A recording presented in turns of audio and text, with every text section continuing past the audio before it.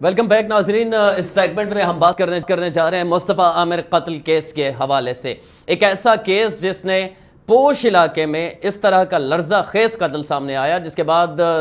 تمام دیکھنے والوں کے سننے والوں کے رونگٹے کھڑے ہو گئے کہ ایک پڑھے لکھے گھرانوں کے بچے اس حد تک جا سکتے ہیں، دوستی کے اندر دوست بھی ہیں، ساتھ اٹھتے ہیں، بیٹھتے ہیں، کھاتے پیتے ہیں۔ پھر اس کے بعد جب پولیس نے تحقیقات شروع کی تو اس کی تحقیقات کا دائرہ اتنا بڑھانا پڑا کیونکہ ڈرگ سے ریلیٹڈ تھا، یہ صرف ایک عام قتل نہیں تھا بلکہ منشیات اس سارے واقعے کے اندر ملوث تھی، منشیات کے معاملات۔ کچھ اور بھی گرفتاریاں ہوئی ہیں، کچھ اور گرفتاریاں متوقع بھی ہیں۔ آج بھی قومی اسمبلی کی قائمہ کمیٹی نے باقاعدہ اداروں کو احکامات جاری کیے ہیں کہ اس تحقیقات اس کیس کے حوالے سے اور اس سے ریلیٹڈ جو اور ملزمان ممکنہ طور پہ ہو سکتے ہیں اس حوالے سے تحقیقات کا دائرہ بڑھایا جائے۔ اسی پہ ہم قانونی رائے لیں گے۔ ایڈوکیٹ لیاقت علی گبول صاحب اسٹوڈیو میں ہمارے ساتھ موجود ہیں۔ بہت شکریہ گبول صاحب، آپ نے ہمیں جوائن کیا۔ لیاقت صاحب، اب تک جو چیزیں سامنے آئی ہیں، جو میڈیا پہ چل رہی ہیں اور جو پولیس کا موقف ہے ہم وہ بھی دیکھ رہے ہیں، اس کے مطابق آپ ڈائریکشن سمجھتے ہیں کہ اس قتل کے بعد جو مقتول ہے اس کے گھر والوں کو انصاف مل سکے گا؟ ڈائریکشن درست ہے پولیس کی؟ دیکھیں جی، اس وقت میں یہ کہوں گا کہ دونوں ہی انصاف کے منتظر ہیں۔ اگر ملزم کو دیکھا جائے تو اس کی فیملی بھی انصاف کی منتظر ہے، اگر مقتول کو دیکھا جائے تو وہ بھی انصاف کی منتظر ہے۔ اب سوال یہ ہے کہ یہ ایک انسیڈنٹ ہوا، اس انسیڈنٹ کے بعد ایک گرفتاری عمل میں آئی، اس کے بعد ایک شخص جو ہے جوڈیشل کسٹڈی ہوا، پھر اس کے بعد پراسیکیوشن کو جانا پڑا۔ انہوں نے دوبارہ جا کے عدالت ہائی کورٹ میں استدعا کی کہ اس کو مزید ریمانڈ دیا جائے۔ جب یہ مزید ریمانڈ ہوا تو اس کے بعد کچھ اور نئی چیزیں سامنے آئی کہ جو ہے نا اس کے اندر منشیات کا بھی جو ہے نا وہ چیزیں سامنے آئی، اس کے اندر کوئی گرفتاریاں بھی ہوئی جو ہے نا۔ تو میں سمجھتا ہوں دیکھیں عدالتیں میں جو کیسز اب پولیس آفیسر اس کی انویسٹیگیشن کر رہی ہے اور ایس پی لیول کی اس میں AVCC انویسٹیگیشن کر رہی ہے۔ اب دیکھیں ابھی ان کو ریمانڈ پہ پیش کریں گے، اب پولیس آئے دن کچھ نہ کچھ اس کے اندر پیش رفت کر کے آ رہی ہے۔ اب دیکھیں پیش رفت کر کے لے آنا، میڈیا کو بتانا، اس کا یہ مقصد نہیں کہ جو ہے نا وہ کیس کی جو ڈائریکشنز ہیں جو اس کو دائرہ جو ہے نا اس کا انویسٹیگیشن کا وسیع کیا ہے،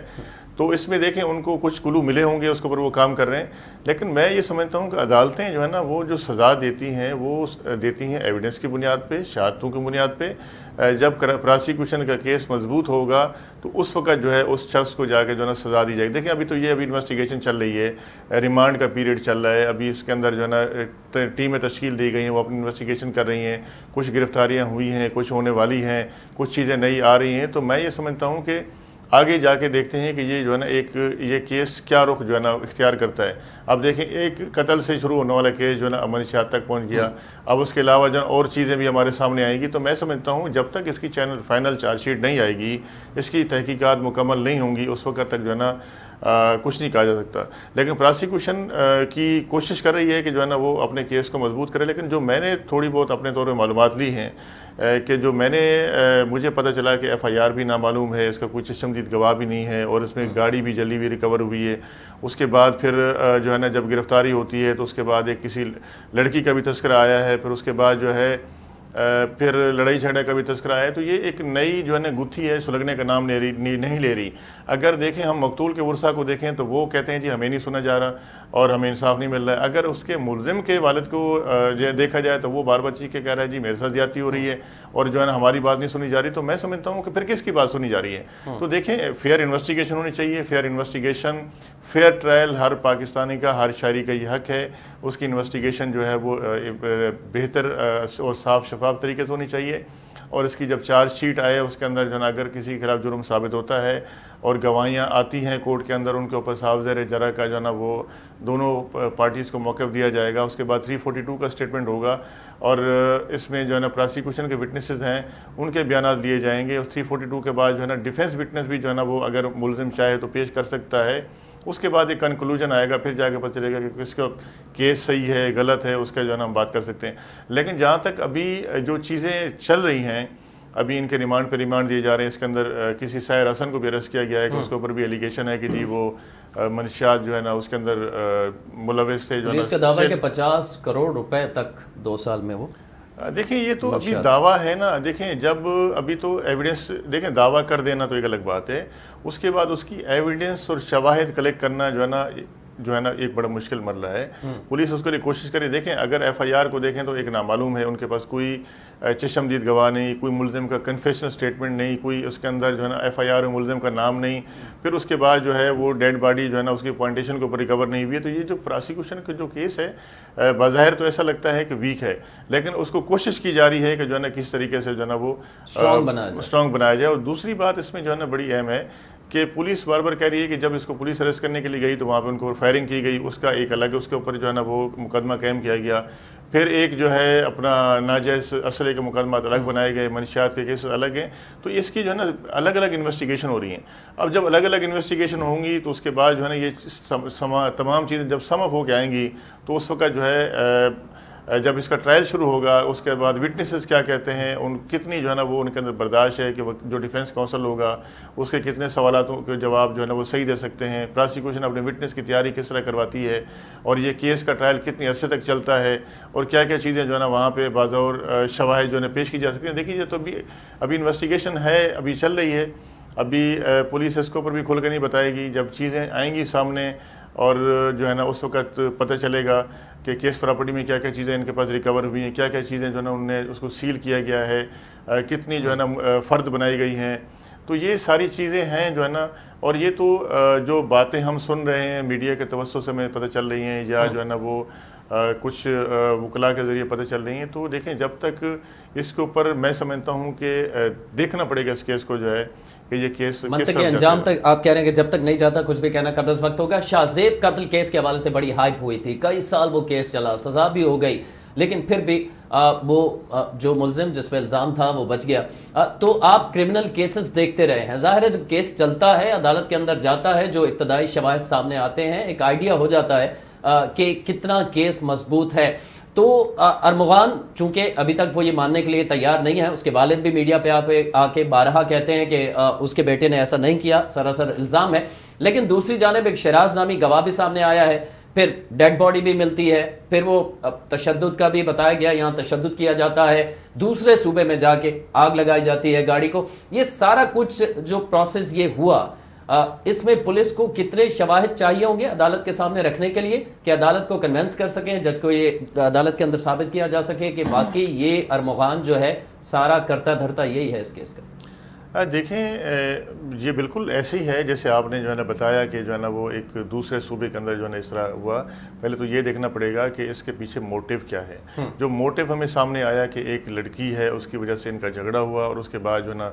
پھر یہ انسیڈنٹ جو ہے نا آیا. تو کیا جو ہے نا اس کے اندر یہ چیزیں جو ہے نا ساری انویسٹیگیشن طلب ہیں کہ یہ جھگڑا کہاں پہ ہوا, کون کون لوگ موجود تھے, کون سے مقام پہ ہوا, پھر اس کے کتنے عرصے بعد جو ہے نا یہ سارا انسیڈنٹ پیش آیا. یہ دیکھیں یہ چیزیں ابھی انویسٹیگیٹ ہو رہی ہیں جو نا, لیکن اس کو موٹیو ان نے جو ہے نا پراسیکیوشن نے اپنا اسٹیبلش کیا. اس کے علاوہ اس لڑکی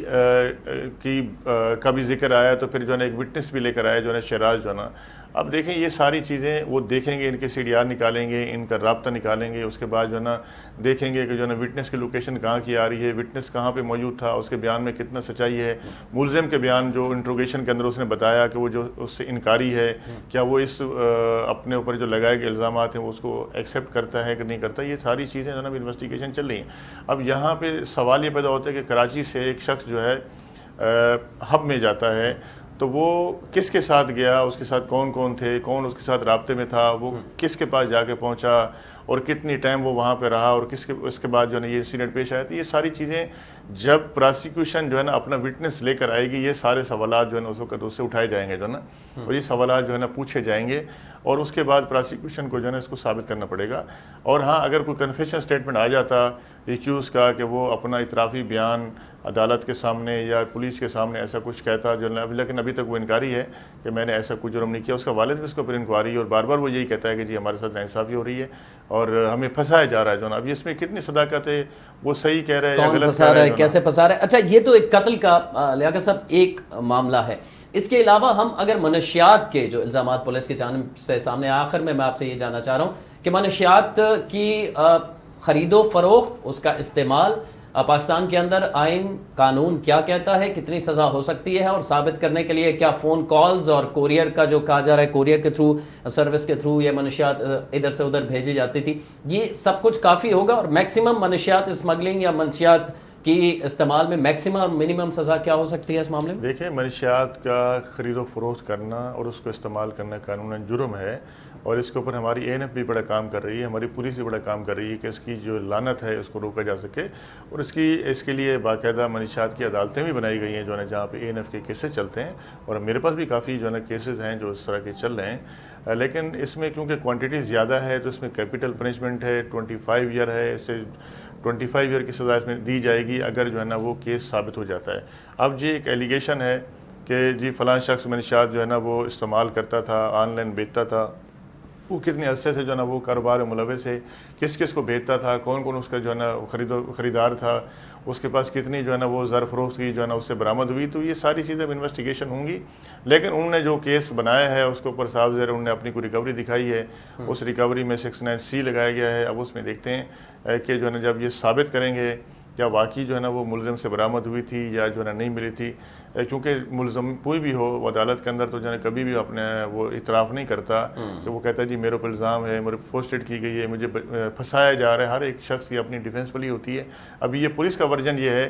کہ جو گرفتاریاں ہم نے کی ہیں اس کے اندر یہ لوگ ملوث پائے گئے ہیں۔ اب ان کی طرف سے جو ہے کیا بات آتی ہے دوران ٹرائل، وہ اس کو